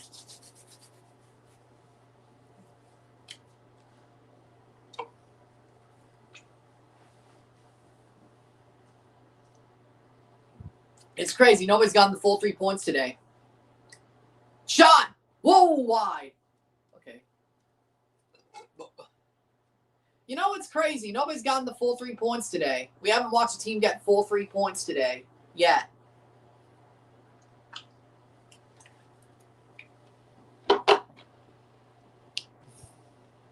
Roll the agenda. Roll the agenda. Roll the agenda. Otherwise, actually playing like they mean it. Maybe Saudi Arabia's tired. Maybe their legs are gone. Or maybe Uruguay realizes that they probably shouldn't lose this game, at least on paper. I don't know. I don't know. 84th minute. 84th minute. I don't know. Which one do you think?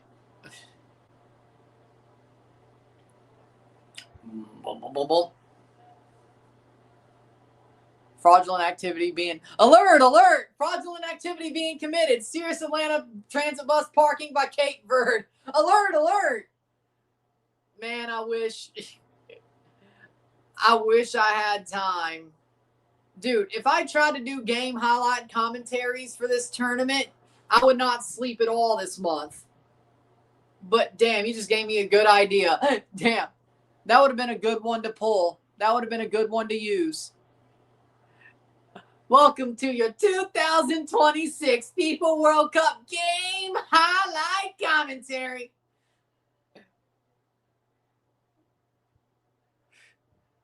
'2026 FIFA World Cup game highlight commentary.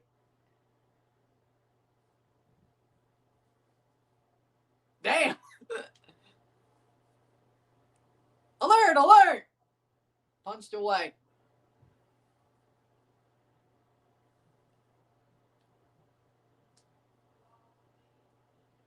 $8:58, 85th minute. Dude, I wouldn't, but if I did that, I wouldn't be sleeping. Hell, I think Chisel Adonis has more to do than that, but I know he streamed a couple of games himself.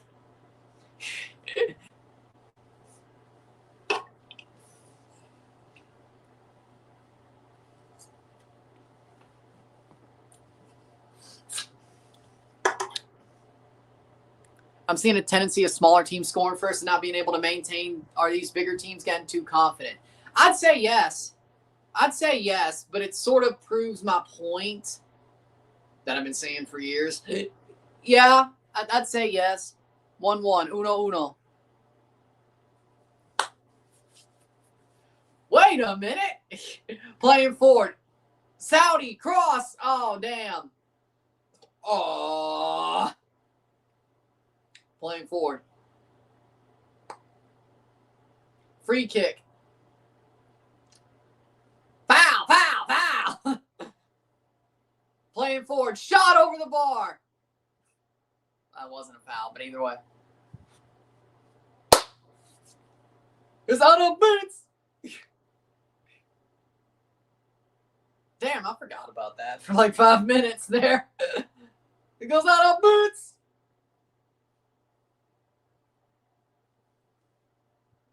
Oh no, what'd y'all do to me? What'd y'all do to me? I just got rid of that. I got rid of that freaking vocal stim 3 months ago. What have you done? It's back. Your prediction was right. I just hope they don't prove me wrong. Well, now they will. Playing forward.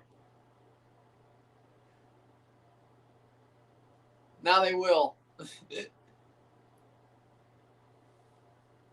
Cross blocked away. Out of boots for a corner kick. Oh. Oh, is that a... No. What do you mean? There's no way that ain't a corner. There's no way that ain't a corner. It went off a defender. Out of boots.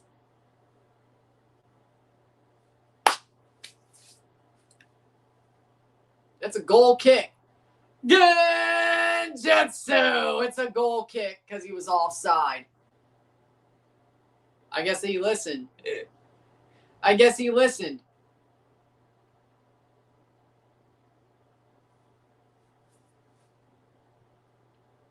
They called offside, yeah. Genjutsu! Not one that really actually matters, but 88th minute.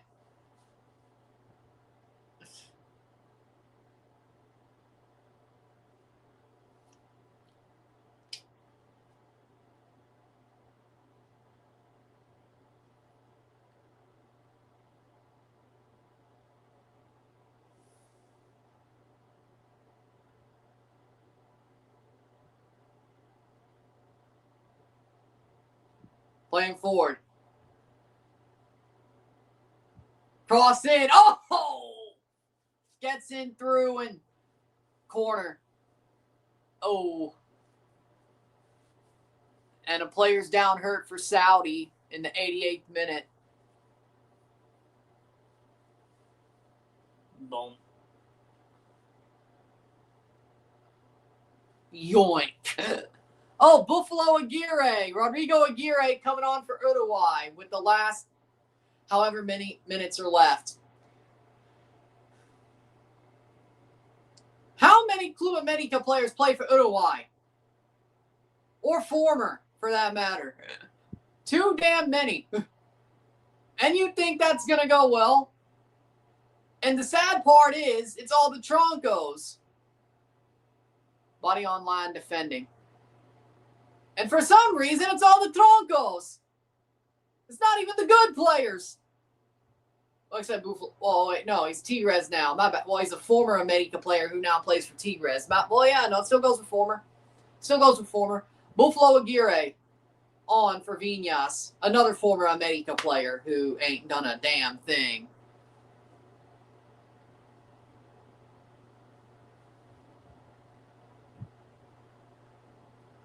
Whatever, let's see what happens.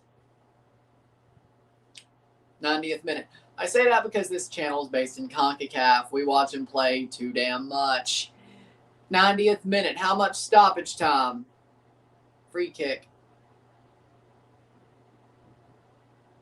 We well know who he is. 7 minutes of stoppage time. Okay. I'll try to have the streams up for tomorrow pretty before the next stream starts. Playing forward.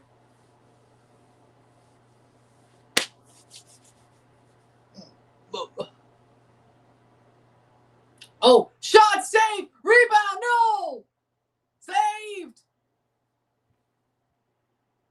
Nice, a World Cup while you're in LA. Are you going to a game? I'm sure there's more games at the fake Rams house. The it shouldn't be Rams house. It shouldn't even exist. Uruguay in FIFA World Cup winless in the last 18 matches while conceding the first goal. They could be in 19. Wow. The Rams house, the Rams house that shouldn't exist.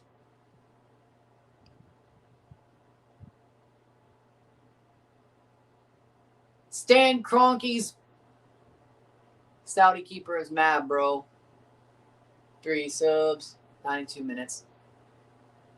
On what?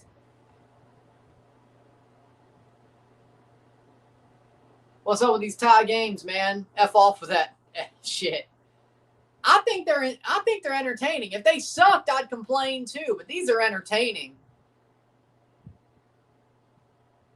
But yeah, I think there's only been like what 3 wins all tournament? Like only like 3 wins all tournament or something like that?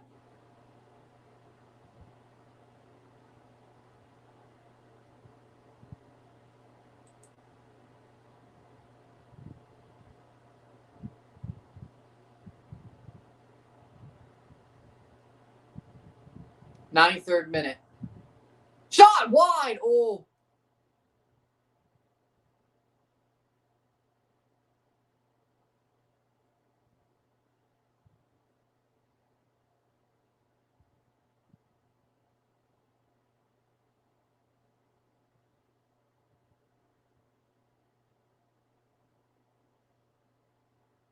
Want to see a fight.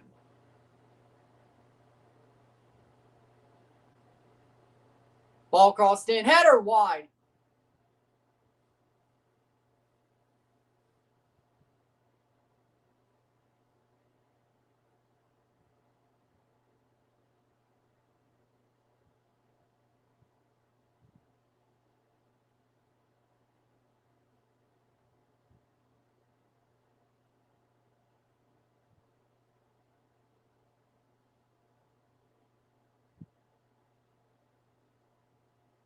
"94th minute.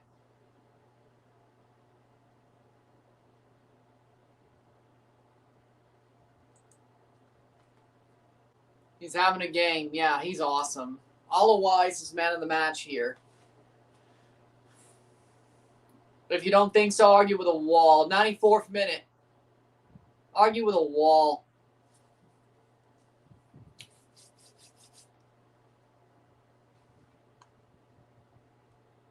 Argue with a wall.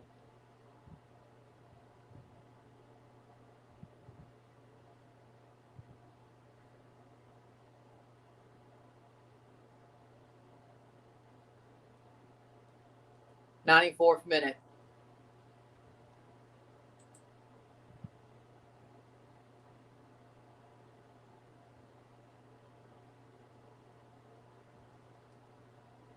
Oh, it was like that was the onion article. I'm like, what? Cross in, shot over the bar, 95th minute. Spain have now failed to win their opening game 4 out of the last 5 World Cups.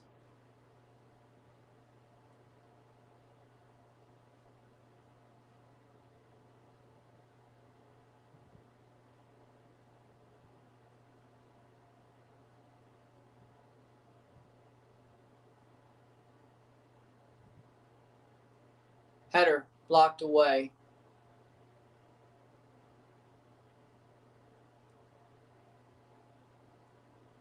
"95th minute.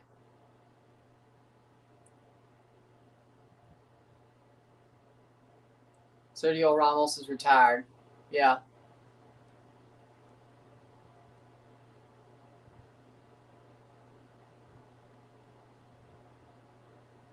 Blocked away.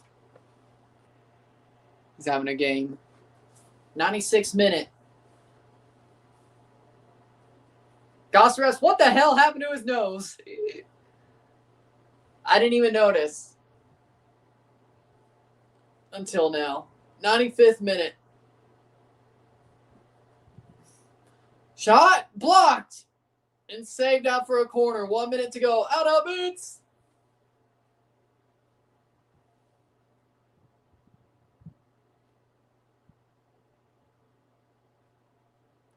Short corner.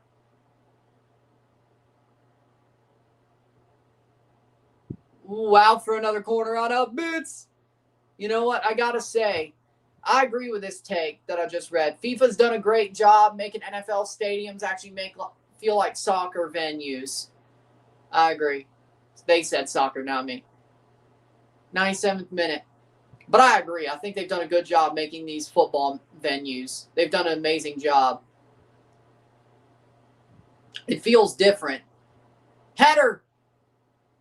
Like, when I saw the game at Gillette Stadium, I'm like, I'm normal.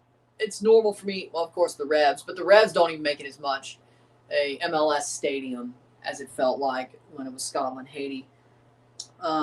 Maybe that's just the crowd. I don't know. But I know what Gillette feels like when there's a Patriots game. I know what Gillette feels like when there's a Revs game. And that World Cup game was amazing. 97 minutes. Corner. Nope. Throw in. Throw in. Short throw in. When will the referee call it? It depends on when he calls it. He's still letting it go. 97th minute.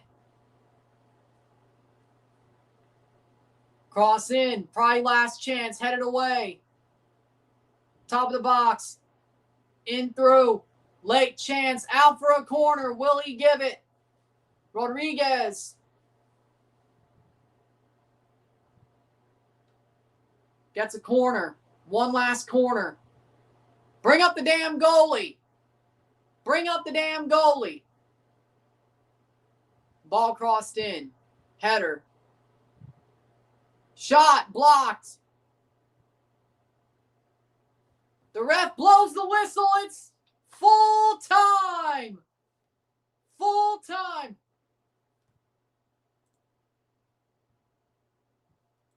One. Stats-wise, there were 4 corners to 14. 14 for Uruguay, 14 corners. 1-1 full-time. If you like this stream, like it, share, subscribe. You know what it is. Tell your friends. Hit that like button. Hit that subscribe button. Hit that bell notification. Subscribe. Send stats on live streams. Comment on this video. Put this in playlist. Share with friends and family. All that great stuff. I will see you within the hour for the next stream being the final one of the day. Iran, New Zealand, and we'll review that game once it's over. Tomorrow we'll be live for France, Senegal, Iraq, Norway, Argentina, Algeria, and Austria, Jordan. And our review will be Argentina, Algeria tomorrow. So I will see you tomorrow for those matches. Saudi had a 2-on-1 when the ref blew the whistle. WTF. Yeah, they kind of got screwed there. With that being said, I'll see you later. I'm running. I'm out. Peace. One more stream and one review today. So one more. There's only one review. So, yeah. Peace.